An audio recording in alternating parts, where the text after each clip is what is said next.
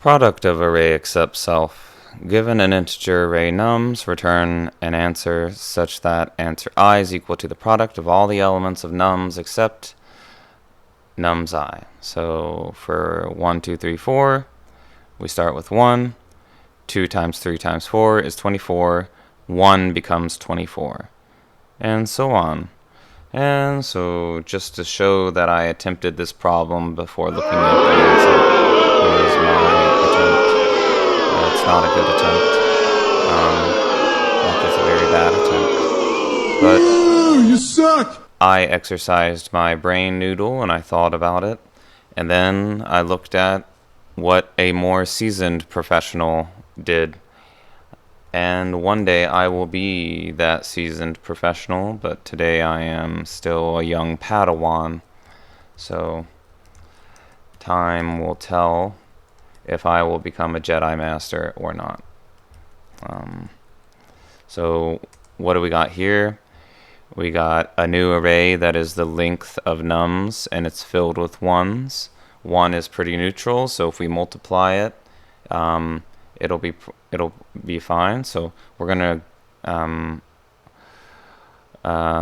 product of all the numbers to the left of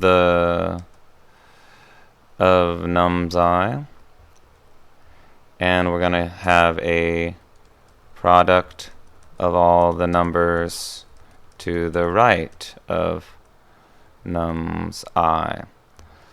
So we're going to multiply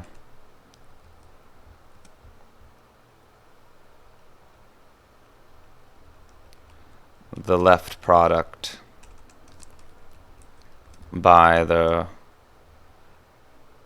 numbers to the right of nums I. So that's the accepted solution that well-seasoned professionals are apparently using in this day and age. So let's do the left pass.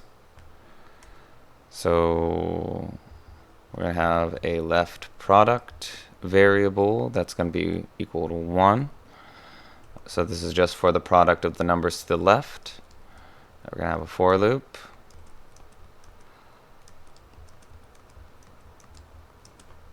For the numbers to the left.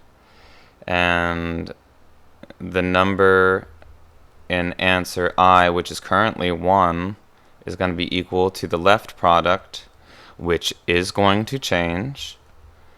It's not going to be 1 equals 1 for long. And so left product is going to change with each iteration.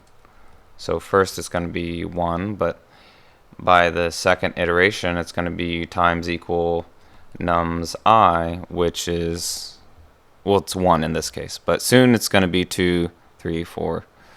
And then we do the same for the other side. So we go the right pass, let right product equal 1, and we're going to do an inverse for loop. So let I equal nums.length, and it's different from the last index, so we subtract 1 while it is greater than or equal to 0. Where it needs to stop, we will continue to move it in that direction by decrementing it, and we will have the logic where the current answer that we're dealing with, which is answer I, remember we're still dealing with 1 at a time. So for 1, it's going to be multiplied by the right product, which is 1, and that might not change it, but what will change it is when we multiply it by nums I, which is going to change with each iteration. So we can see the progression here of answer I. So controls. answer I and answer I. So at first, each iteration is going to change answer I in the left pass. We get to the right pass, and it's going to be changed by the product. And the product is going to slowly become a bigger number as we go. So with each iteration, the product is going to change, and so answer I is going to change with each iteration. And by the time we get to the right pass, we're still editing the same number, and we're still like, this is going to become a little bit bigger. So let's look at it. So let's say we're looking at 2. The left pass is going to set 2 is going to become equal to 1, and it's going to be times equal the number I at index 0, which is 1, so 1 times 1, and then times the number on the right side. So we're going to start with 4 times the right product, which is 1, so 4 times 1 is 4.